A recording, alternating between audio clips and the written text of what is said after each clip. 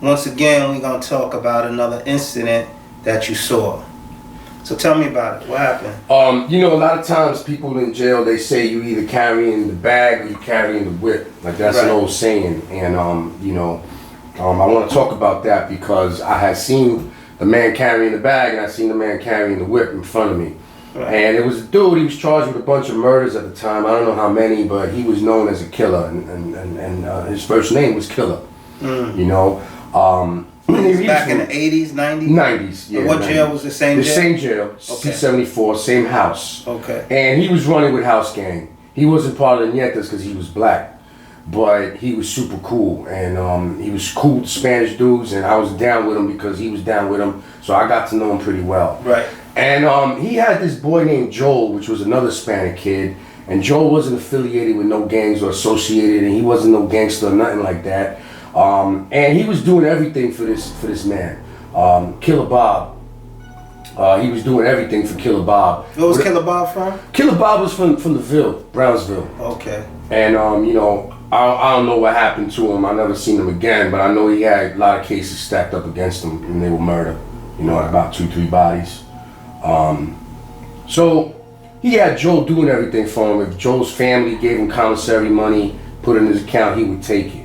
If he needed his underwear washed, Joe would wash it for him. If Joe had something he wanted, he would take it. It was that simple.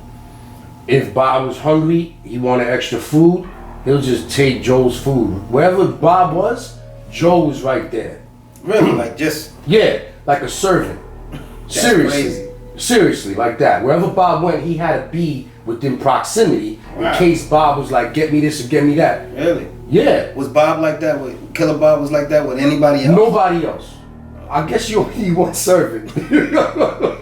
But nobody else. Just Joe. Right. I guess you could, you know, he pumped him basically. Right. That's what it was. And I had seen this relationship, it wasn't sexual or nothing like that, but it was like, you know, I seen wherever Bob went, Joe would trail. And I seen the way Bob was treating him. And one day, for whatever reason, Killa Bob had said to me, yo, Weekend, come here. I was like, what's up? So he said, come here, I want to show you something. So I said, okay. So I went over there, and we went to Joe's cell. He brought me over to Joe's cell, which is, I don't know, the dimensions of, you know, it's a very tiny spot, probably about, you're living in something that was probably about maybe 30 feet, if anything. Right. You know, by 15, very slim living quarters. You might want to do everything this way. Oh, because it's okay. going to catch your side profile. Yeah. Those that know and, you know, those that don't know, there's two people out there. Right. So anyway, I went up to the cell and there's like a little window right there where you could see inside. It's got a, you know, metal grate, and you could see inside. You know, officers need to see you in your cell. Yes. Yeah, do a count, check, whatever. So Bob brought me over, and I'm there in front of this little window thing with, you know, looking in, and he says, "Yo, watch this." So he said, "Joe, come here." So Joe gets up. Joe was in the cell. Joe was inside the cell. Right. We're So outside the cell. Okay. Yeah, he's locked in, and we're outside the cell. He's totally locked in. Okay. And Killa Bob tells him, listen, man, get up on the sink. So Joel, don't ask why he's doing it, what do you want me to, he does it. Just like that. He gets up on the sink. The man's paranoid. Gets up on the sink, and Bob tells him, yo, drop your drawers. So he dropped his drawers right there in front of me. He dropped everything.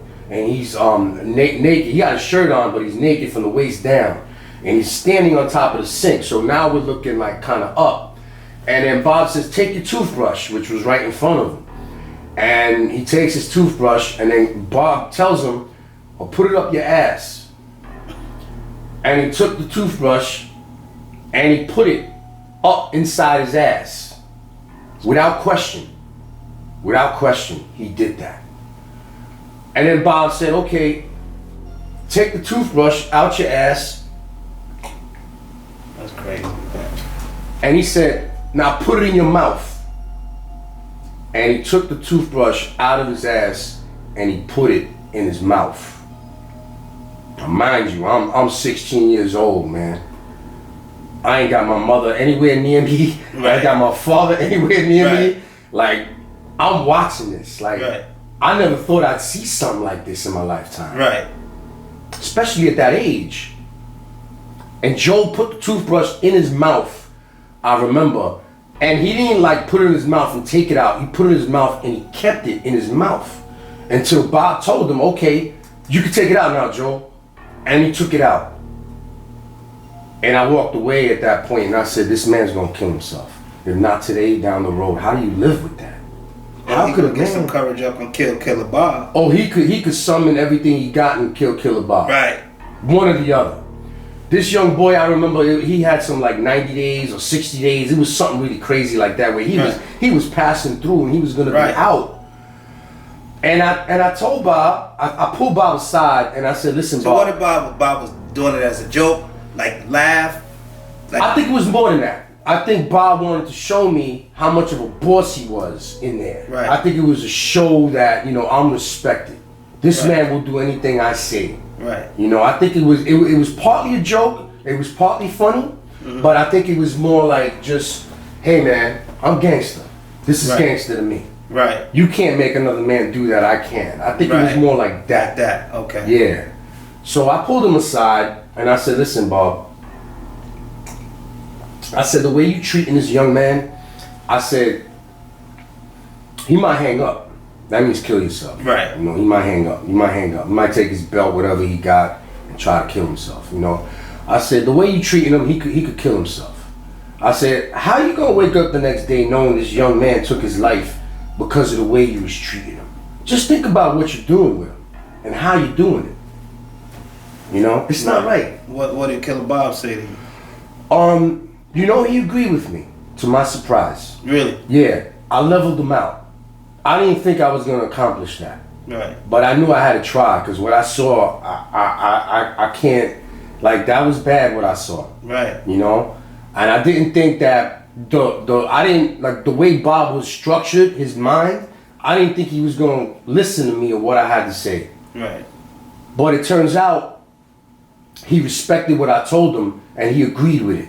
And what he did was he took Joe and he put him into the day room where everybody was, the Nietas, the house gang, everybody, and he told everybody in that room, from this point moving forward, anybody messes with Joe, you messing with me. Right. And everybody in there knew they didn't want to mess with, nobody want to mess with Bob. Right. And so basically from that point forward, Joe was protected. Right. And if Joe wanted extra cookies, if Joe needed something, they made sure he got it. Right. Because of what Bob said, everybody loved Joel, and his time became hard to easy. Right. Just like that. Right. Just like that, over some words that I had with Bob. Right. And when I was shooting pool, everything was over with, and I was shooting pool with my father. What you mean everything was over? I'm out. I finished my time there. Okay. I wasn't looking back. I wasn't going back. Right. I was moving forward. I was with my father, bonding with him, shooting pool in a pool spot, probably about a couple months down the road when I had finished my time there. And I got a tap on my shoulder, you know, and I didn't, you know, I turned around and to my surprise it was Joel. Oh, snap. Yeah, I never thought I'd see that boy again. We weren't from the same neighborhood or nothing. Right. But it was Joel, and he extended his hand out and he said to me, "Thank you for saving my life back there."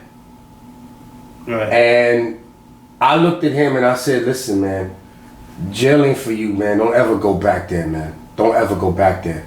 And he was like, yeah, he nodded his head. I don't know if he said something, but you know, that was that. And my father at that point had turned to me and said, "Hey, what was that all about?" Right. Like my man just told you, thank you for saving his life. Like my father now wants to know what happened. Yeah, what did you do to save his life? life? What did you do? Like my son saved somebody's life. I want to know what that was. Right. And to this day, that was something I never told my father. Right. I couldn't look my father in the face and tell him what I saw when I was a kid. I wouldn't want my father to think like he failed me. You know what I'm saying? That he put me in that situation. I don't want him to think that. Those were my mistakes, my decisions that got me there. And I don't want him to know what I seen, what I did, what I went through. So now looking back at your life at that time, if it's any words you can share with someone that might be walking down that path, you know, someone that's watching that, what advice can you give them? What can you tell them? You know, what would you tell the OU? I like that question. What would you tell I like the that OU? question. I like that question. You know what? I deal with the old. It's funny you ask that because I deal with the old me every day. Right. What do you do? I'm an attorney now. Wow. I'm a criminal defense attorney. I've been practicing criminal defense law now for about 15 years. Okay.